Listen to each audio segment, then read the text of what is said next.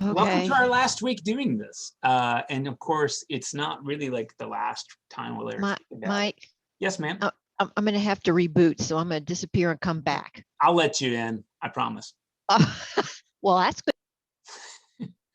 Hey, Carolyn, good morning. You're on mute. Sorry, can't hear you.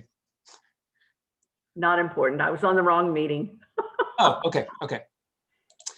Hey, I'm going to share my screen with you all, and what I want to do actually is kind of scroll through, not too slow, not too fast, but some updates in the document that we've been kind of working off and updating. I know it's a little bit scattered all over the place, and I'm sorry about that. I'll get organized eventually. But then really what I want to do is leave some time open for our wrap up here so that we can, I want to leave actually a fair amount of time so we can talk about things together that would be helpful for you, or questions you've had, or like, hey, all of this stuff is not helpful, or what about the situation? Because yeah, that is the most joyful part for me.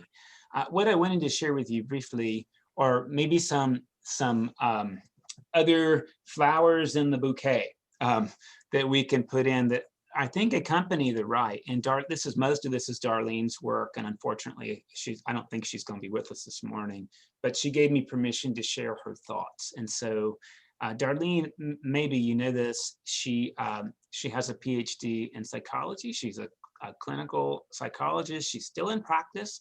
And we've talked way back in January about what are some ways that she's used that help people lay down burdens. Okay.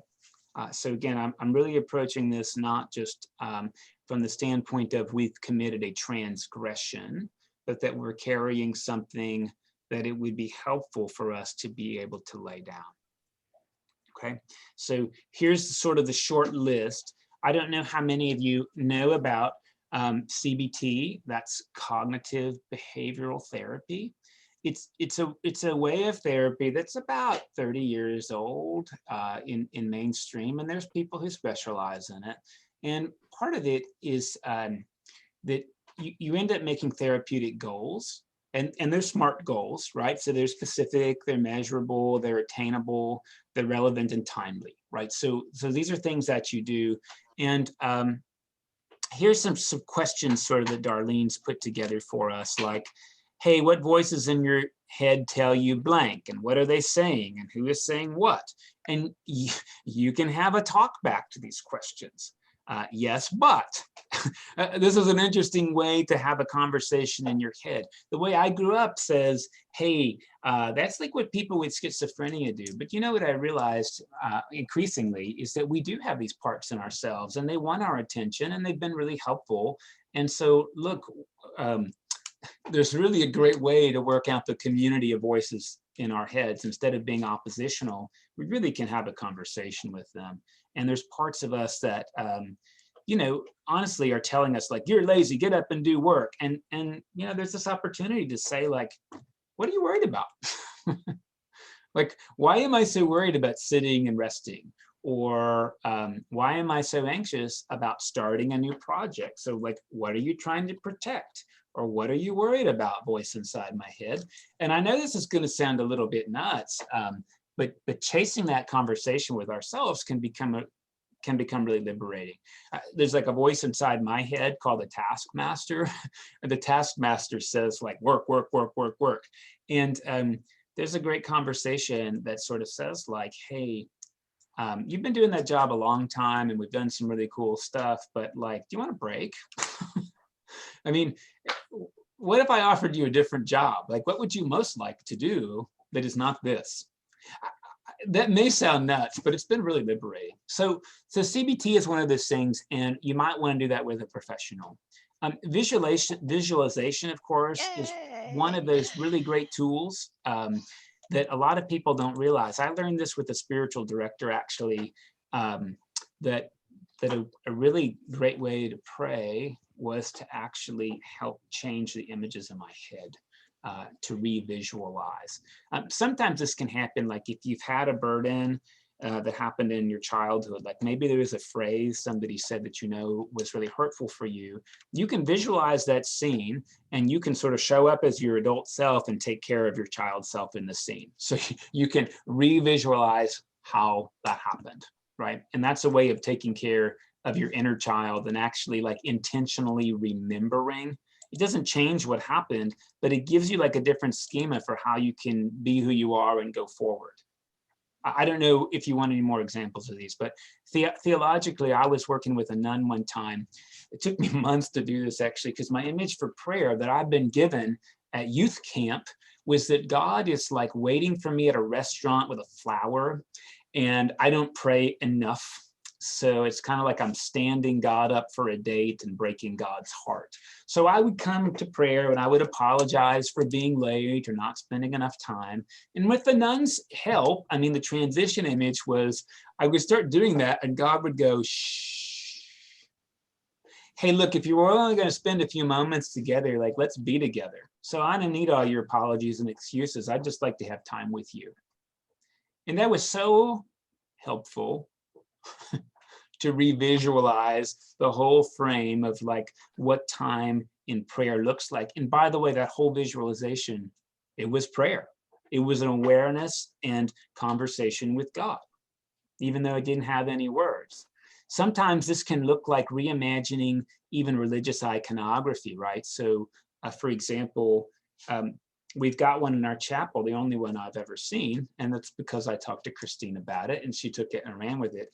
You know, Christ the Good Shepherd usually looks pretty put out to be holding that lamb on his shoulders. If you ask me, he looks pretty grumpy, you know, and the lamb is like strung up on his shoulders.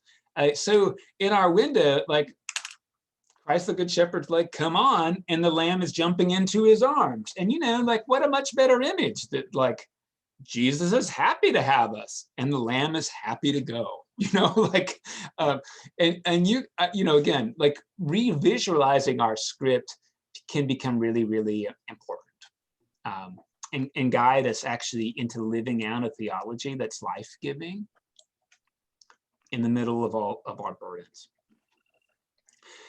Narrative therapy is one of those other bits. It goes right alongside this reimagining, right?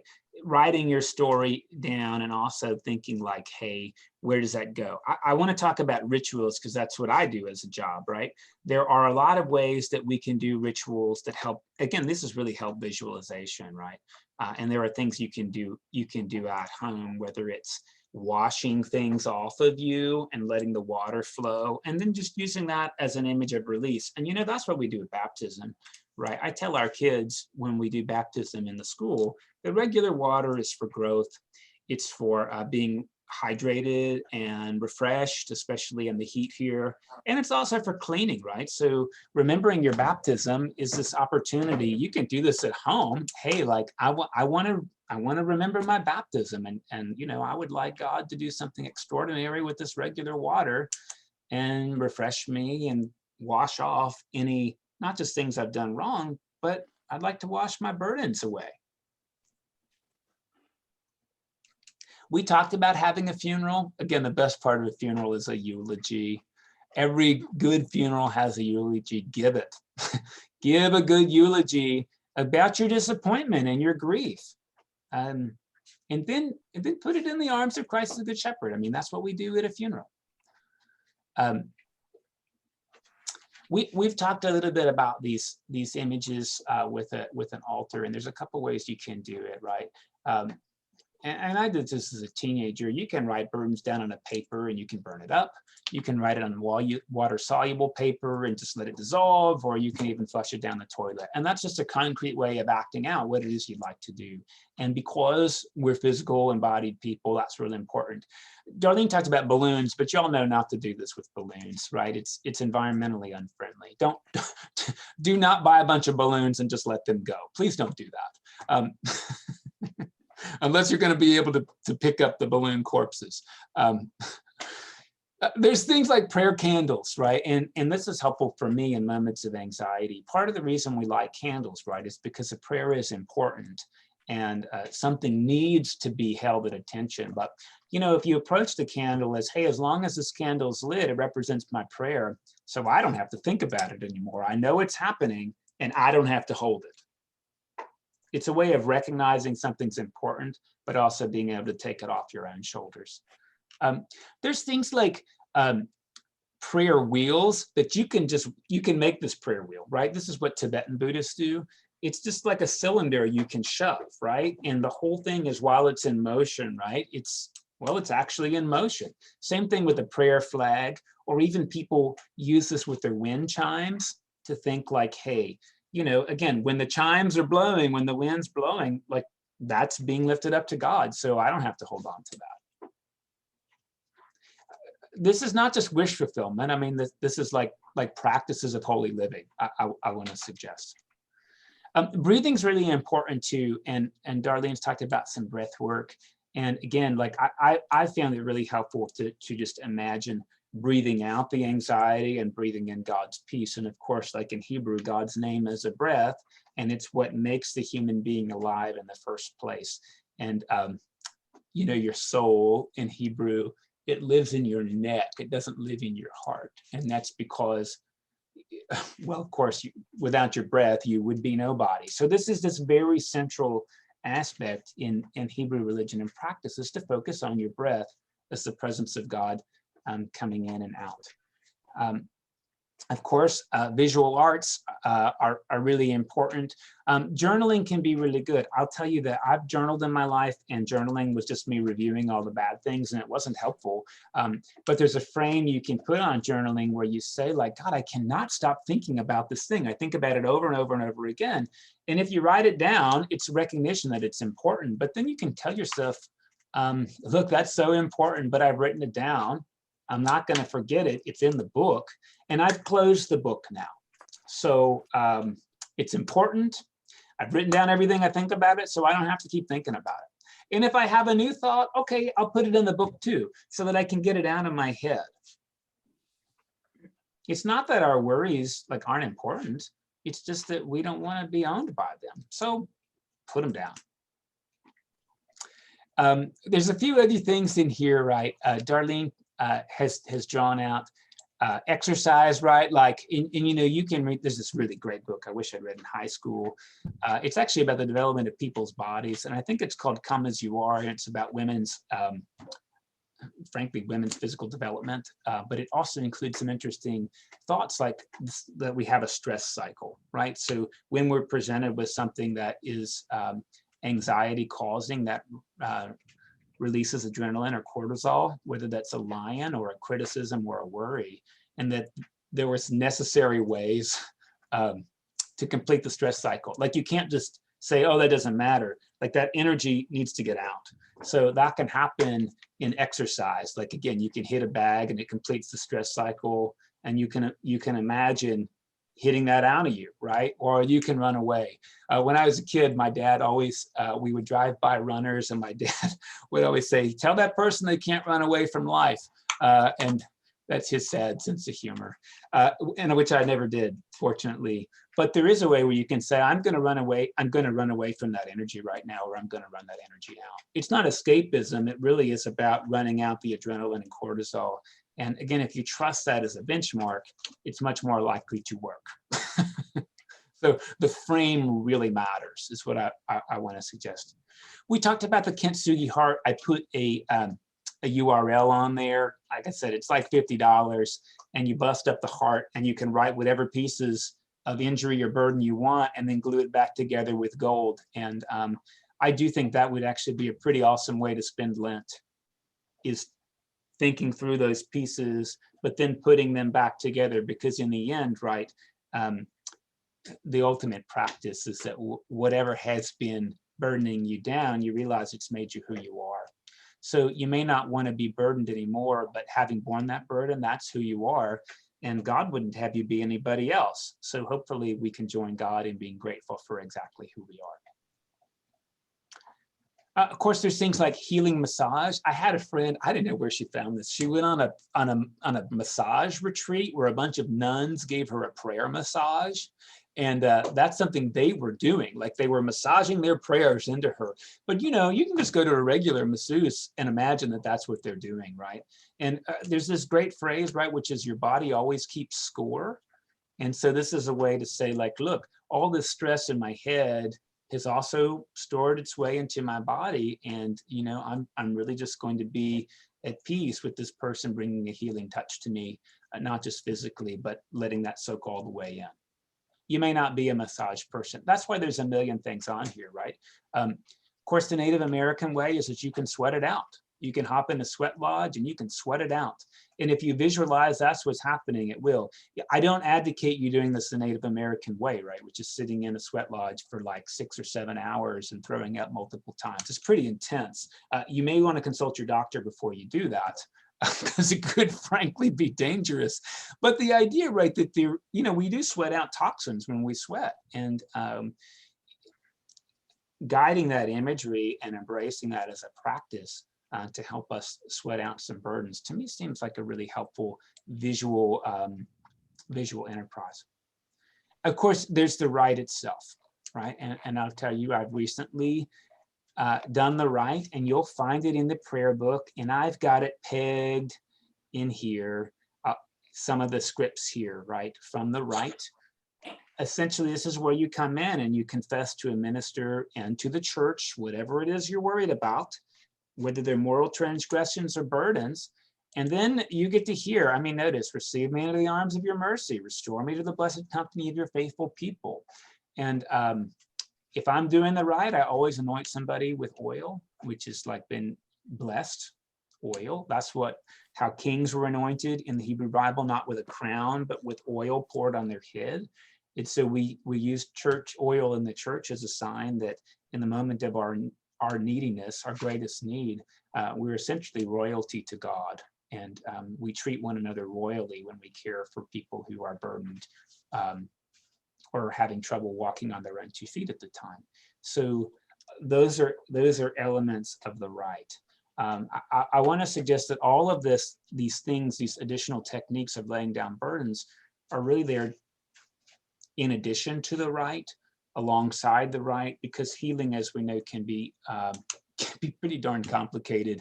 And the more robust our approach is, probably the more robust the efficacy is going to be.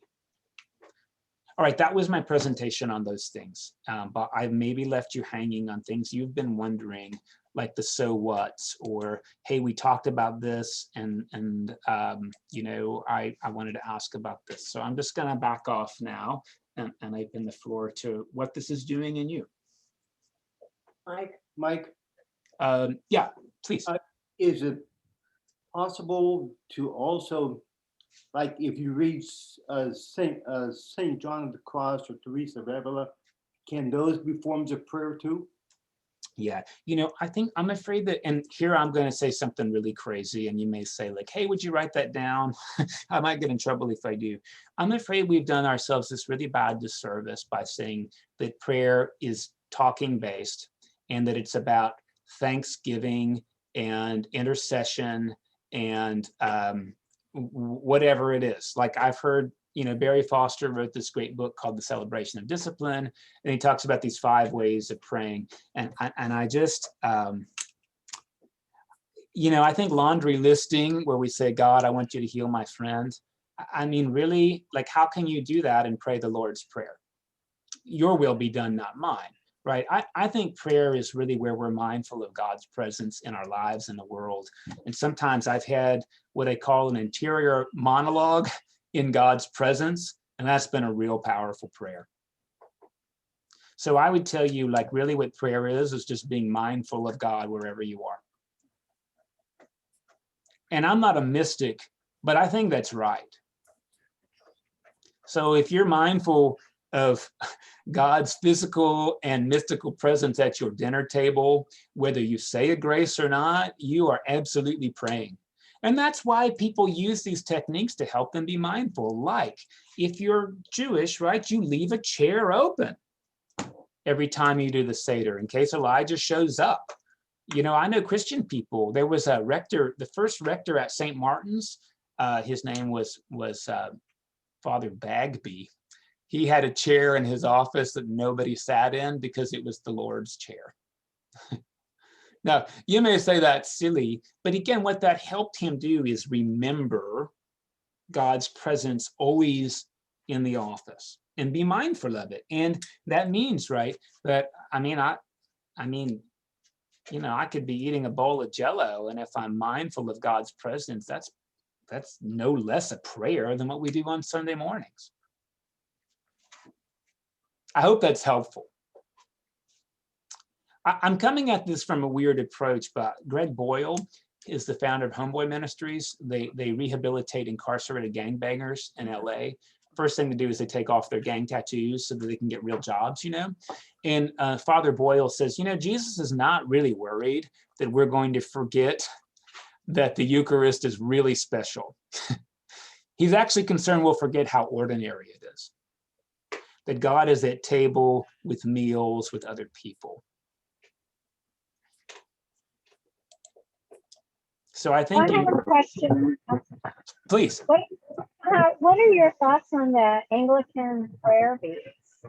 Oh, I think they're super great. And of course, you know, this I think is a great opportunity to talk about like God's omnipresence in the world. The first thing I want to say about the beads, right, is that they came from Islam. And before that, they came from Buddhism, right? They're a way of tracking prayers. And whether it's the Rosary or Anglican prayer beads, right? They're just a way of having something tactile that guides you through a ring of prayers. I don't have Anglican prayer beads. I have some Shiite Muslim ones. And I find them very peaceful when I'm willing to hold them. If you go to a country like Iran or Iraq that has a Shiite majority, you'll get on a public bus and pretty much 75% of the people on the bus have got these ring of beads and they're just constantly cycling through them. It can't just be a dead habit, but it can also be like a way of thinking through God's presence. In Islam, they do it that there's 99 names of Allah, which are like 99 attributes, like long suffering or generous, right? And you constantly recite these attributes of Allah, not just to celebrate who God is, but so you can join God, right? That's the goal. So the Anglican prayer bead comes out of the same real tradition, right? It's a way of just keeping pace and going through and being mindful either of specific requests you've got or celebrating who God is.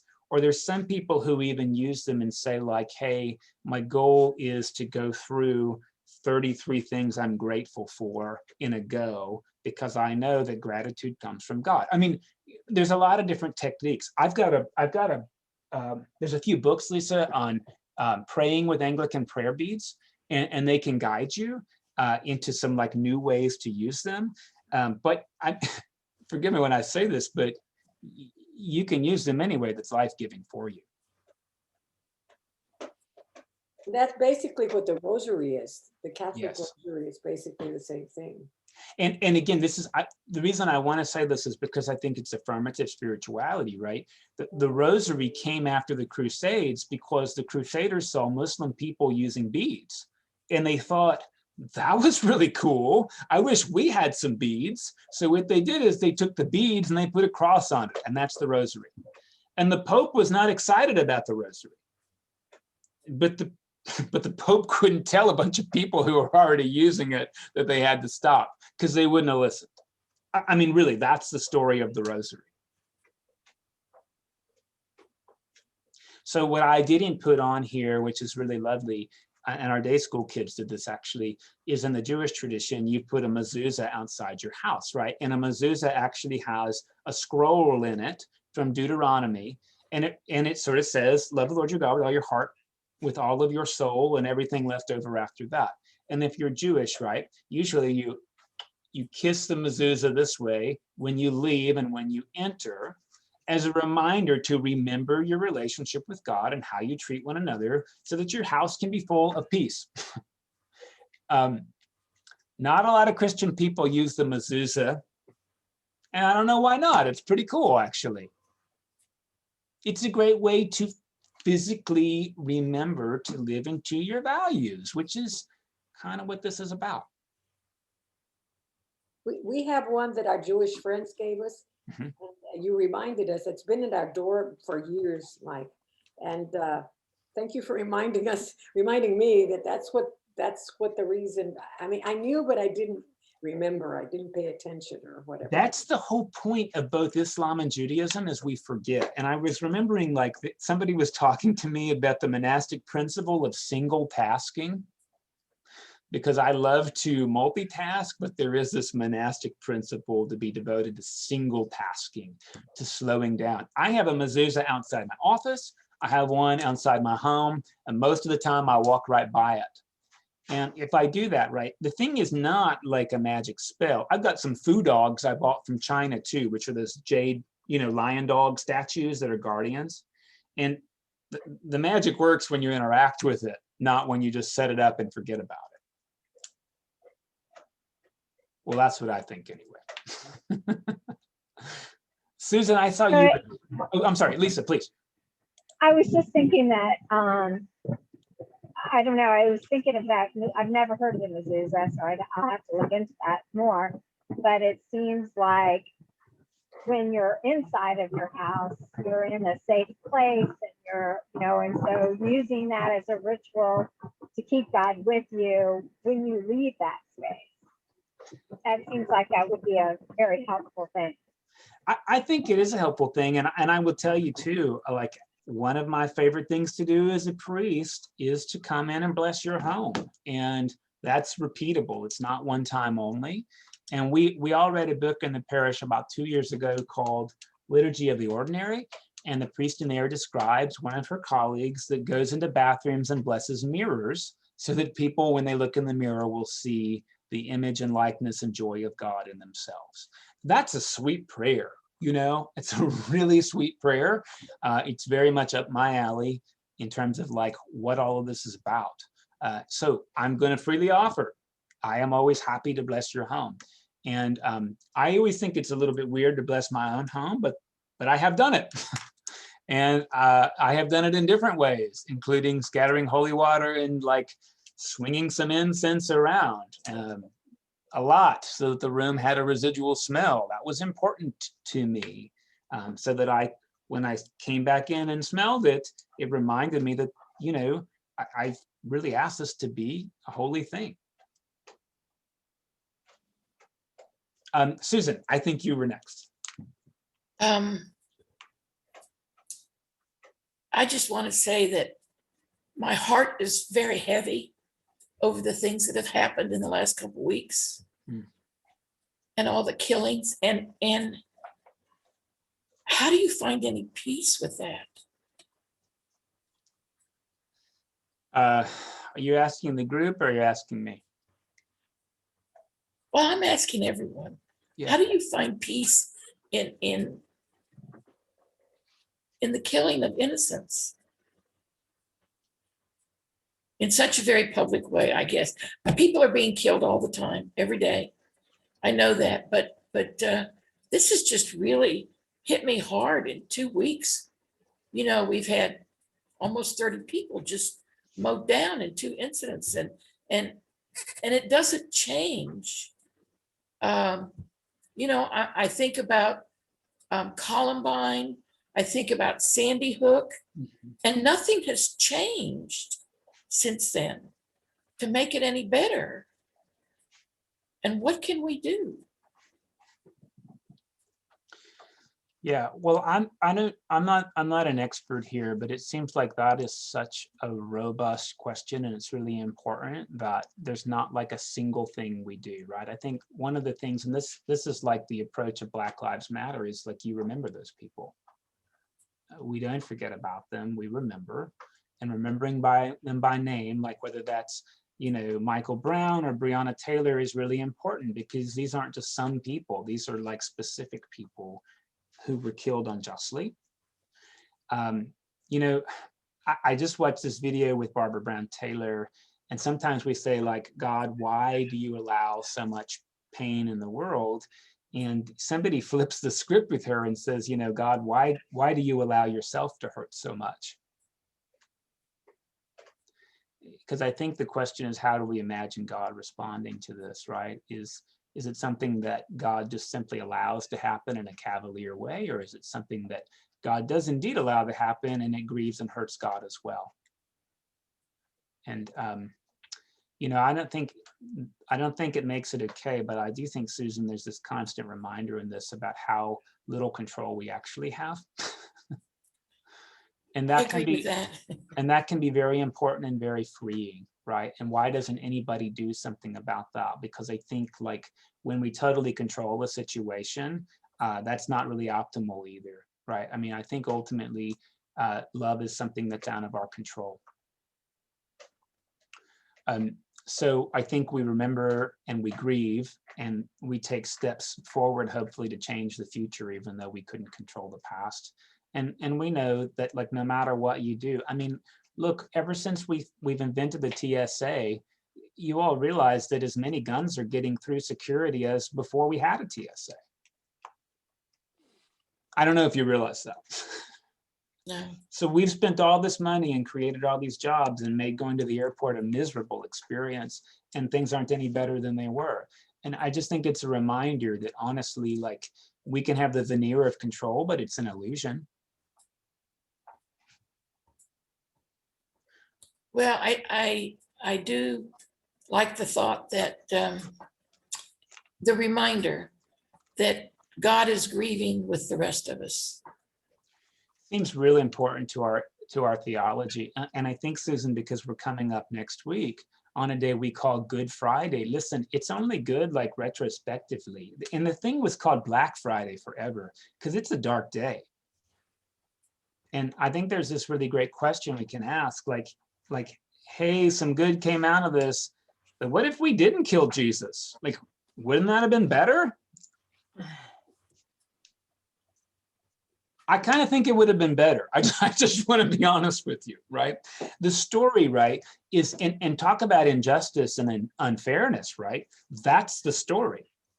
And that it didn't just happen to any old person, right? It happened to somebody in whom we've experienced God fully in, right? And, like, I know I didn't do that and you didn't do that, but we did that. We, human beings, we did that. That's in our story.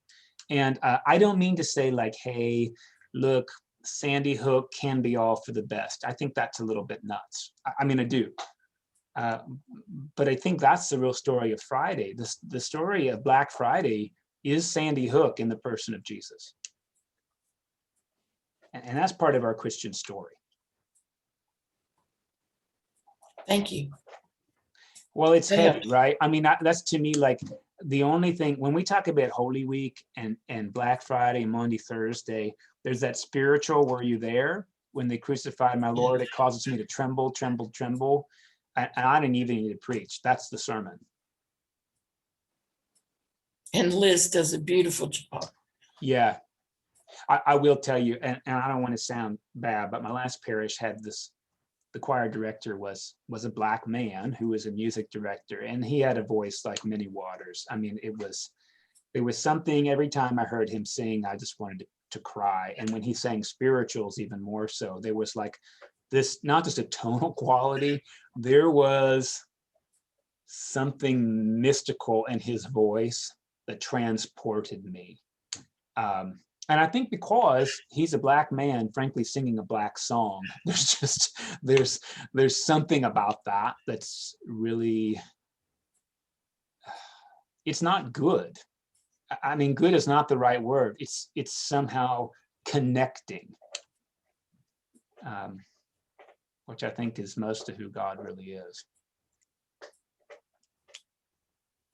A tough question, Susan, I don't know, but I do find it helpful to think that, like, hey, instead of why does God allow us to hurt, why does God choose to hurt?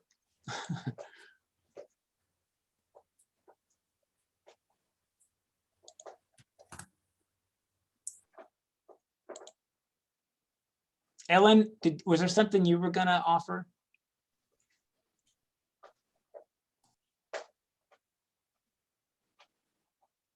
Oh, you hang on. You've muted yourself. You were unmute. That's why I wondered if you were up. Okay, now can you hear me? Yeah, absolutely. Okay. Well, one thing that has always been really important to me, and I really find my connection with God most of the time there is with music. And so all of these other things that have been suggested are really helpful because I can see where I could expand my opportunities for connection. And some really appeal. One thing that really impressed me was just the simple thing about the wind chimes, because I love my wind chimes. And now I can even appreciate them more because I can make that connection. So I think we can see opportunities in everyday things so much more than we realize. And I think to follow up, right, in the Episcopal Church, you don't need a priest to do this, right? But part of what we get to do as a priest, I mean, I like to believe, right, is that we are meant to be creative and affirming with the ways that we kind of represent God. So you can bless the chimes. And having a formal blessing of your chimes actually transforms them for you. Oh, that's a lovely idea. I'd like to do that. Yeah, it's super easy. And hey, I know a guy who will do it. Bless my child. I'm thinking of Jim McGill, but I've got his number. I'm kidding. No, I mean, again, like our job, I think, is really like to bless ways in which to bless the agents of larger life. And that's, I mean, that's what being a priest is about. Also, the mirror would be really important and really difficult for me to embrace. You know, the mirror business, I'm going to tell you about some ways I've had to do it myself. And I've told you a couple of these before, but having grown up with a lot of body shame, which is maybe weird. It's never linear, right? But it used to be these ads for Smile Train, the kids with the cleft palate, you know, and it would say like $10 fixes this thing, you know. And there were like 15 kids' faces all with the cleft palate, you know. And I used to look at them and say like, oh, like make it go away, or I'd flip through it. And I guess there was like some day where I thought, you know, look, if you really believe what you say you believe, you'll be able to look at that child with that cleft palate and see God fully present. And you shouldn't back away from that. So I stared it down. I stared those kids down until I could actually say, like, instead of being horrified, I'm going to see God present. And then when I could do that, it's like, well, of course you would want to spend $10 so they could drink out of a cup, you know, like, because God's there, of course you want to help, right? Instead of, hey, God will be there when I fix it. It's God's there, so if I can help, I will. And even in things like the mirror, this may not be your experience, but I just want to be honest that sometimes when I look at a photograph, I will see myself in the photograph and I'll think, I don't look like that, because it's a hard picture and it's from a different point of view than I normally have, right? I don't know if that's been you, but my wife was trying on some glasses maybe last summer from like Warby Parker. This is this place you can buy glasses in the mail, you know, and they didn't have lenses or they were clear. And I put on the glasses just for fun, and I walked by a mirror and I looked totally different because one part of me didn't look like my interior map. And I was able to see myself in a new way. And it was really helpful, actually, really helpful. In fact, I wore those glasses for like a week because it helped me see myself through a different lens, and it was much more even keeled and positive than the way I normally looked in the mirror. And that's holy living. That's what I want to say. That's holy living.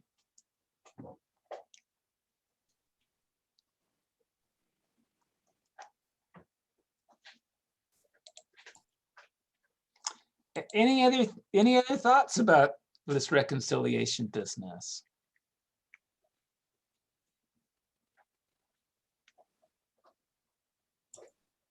Well, for me, it's given a whole new meaning to forgiveness, reconciliation, and the whole process. And it's a much more beautiful, inviting concept than what I grew up with in terms of self-punishment and guilt and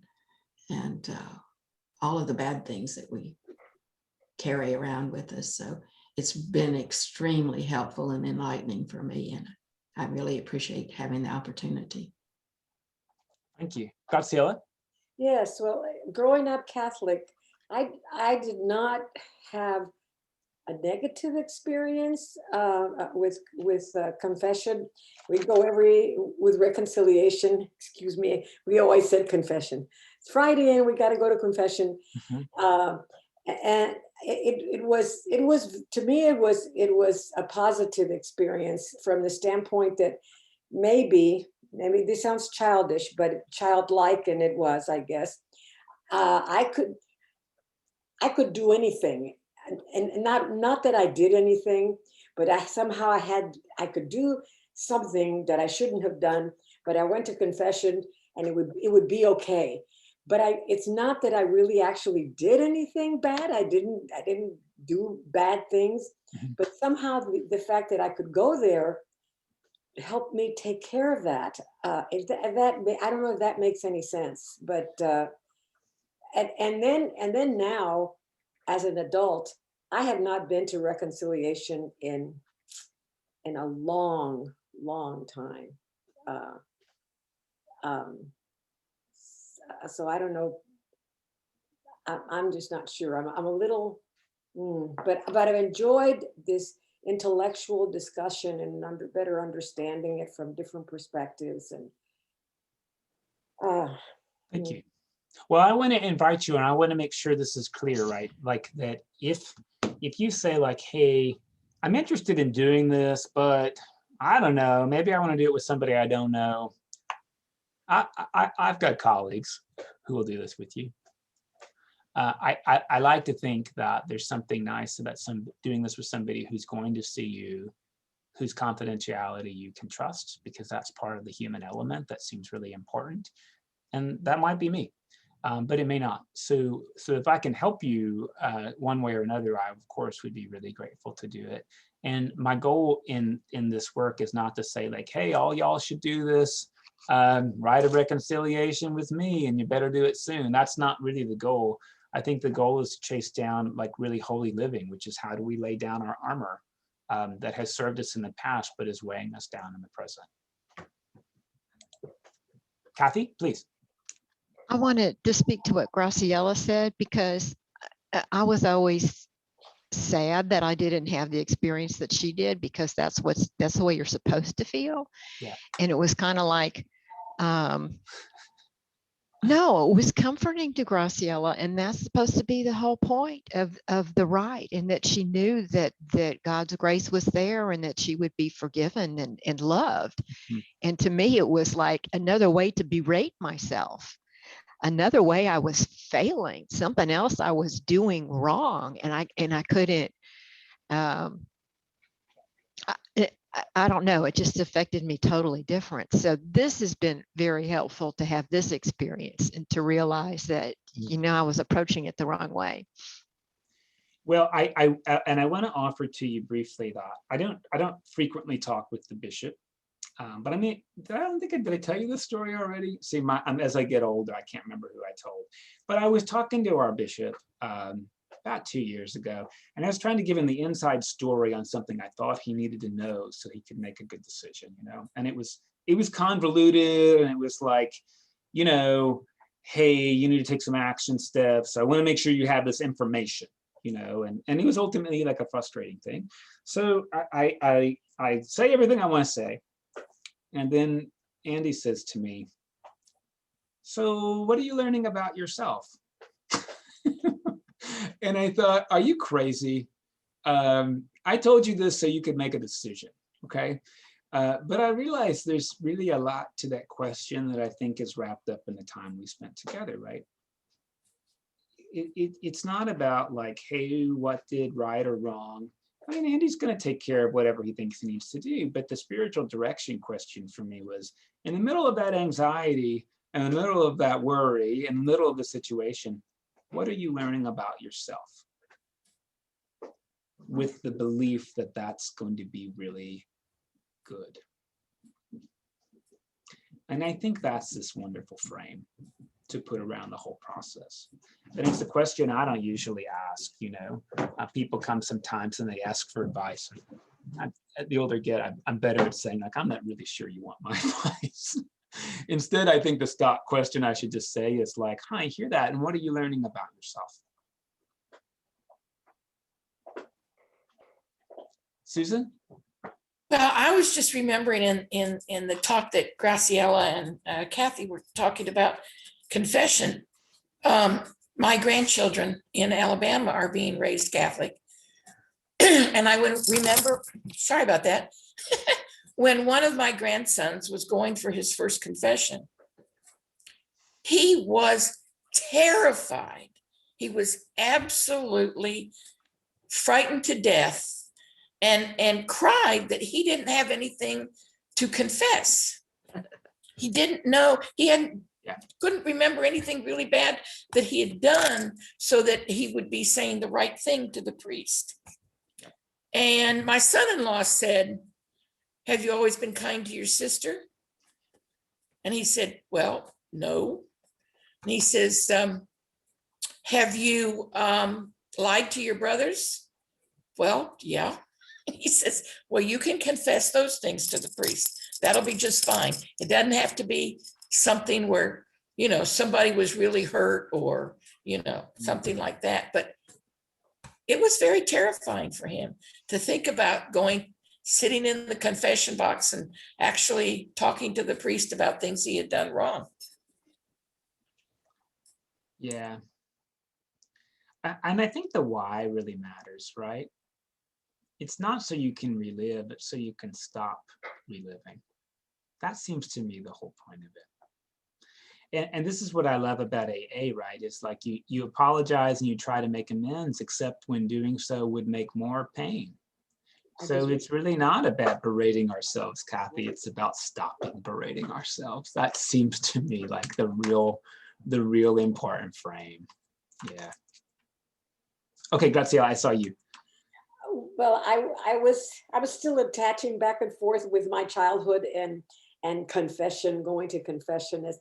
But I do remember, and speaking about somebody's grandson who was, Susan, was that your grandson? Yeah. I used to feel as a kid all cleansed when we walked out when we're done with it on Friday. And I'm sure it was just a childlike approach of knowing, but every Friday we would go and we would all, I don't know, it was always, I can't explain it, but it was always a positive feeling for me. Of course, I don't even remember what my sins were, except lying to my brother, or my sister, lying to my mother, or being unkind to my brothers, because I was the oldest of 6 and I was in charge of these boys. It was quite a task, I thought, but I never thought of it as a burden. But I looked at it when I thought I did it incorrectly or improperly or something. I don't know. It's a very complicated subject, the whole thing of reconciliation, I think. Yeah, I do think that there's a lot of room for us, instead of saying like, you know, I can't believe I missed, to say, what did I learn from missing, and how's that going to inform the next time I take aim? Lisa? I was going to say, as far as like the children and the interaction with the children, I think that's a lot of good training, actually, for them to just be, yeah, they aren't huge sins that you know, weren't nice to your sister, but it's training them as to what is good and holy behavior versus, you know, what's not. So, you know, it prepares them if something bigger comes along, that they have a way to deal with that. But, and I will share that, so I did the Rite of Reconciliation, and, you know, it is hard, but it's also afterwards very, really relieving.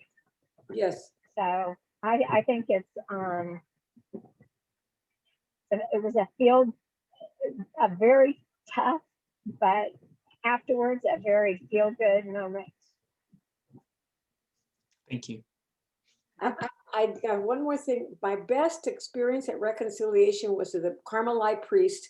I had not been to confession, because I still use that word, for many, many years.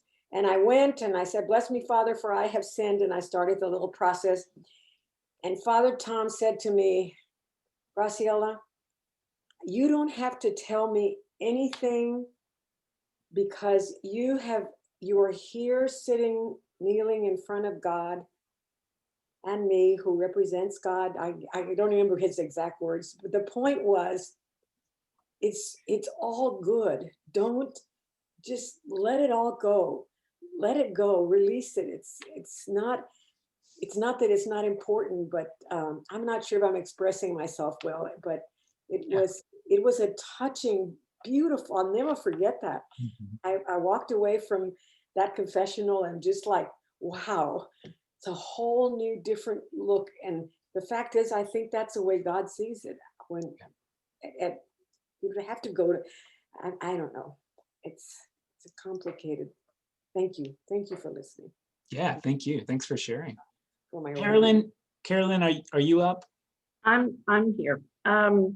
This has been really helpful. I've had a lot to think about. It's given me a lot to think about. I have a lot to go through yet. And I'll get there. Thank you. Yeah, grateful. I will say that book that you had loaned out to me might be helpful for others as well. Yeah. I will get that back to you. Unfortunately, I didn't before we left, but that was I'm not worried. That book had a lot of very good prompts. So if someone else is thinking about doing the rite, it has some prompts from childhood on that were very helpful. Thank you. And that's the book by Martin Smith called Preparing for the Rite of Reconciliation in the Episcopal Church. I probably have 5 more copies. I've mentioned before, when people ask to do the rite, I usually give it to them as a tool for preparation. But I have this other book as well from Forward Movement called Joy in Confession. I haven't read it myself yet, but it's mirrors some of the things we've talked about the last several weeks as well. So those are 2 books I have. And of course, I'm going to send you the updated document, and feel free to poke at it or throw it away or do whatever is helpful to you with it. But I'll send it out to you again this morning. Thanks for traveling with me. I'm really grateful, knowing that this is just a milestone on our journey together, and I'm here to serve you in the future. So this is the end of the Reconciliation Rite study, and what's next? I don't know, TBD. Just look at your Wednesday bulletin. But if you're in the Enneagram study, that concludes next week, and then after that, we'll probably take a couple weeks off and figure something else out for Wednesday mornings. Thank you, everybody. Really, really appreciate your time and thoughtfulness and opening your hearts with me. Thank you, Mike.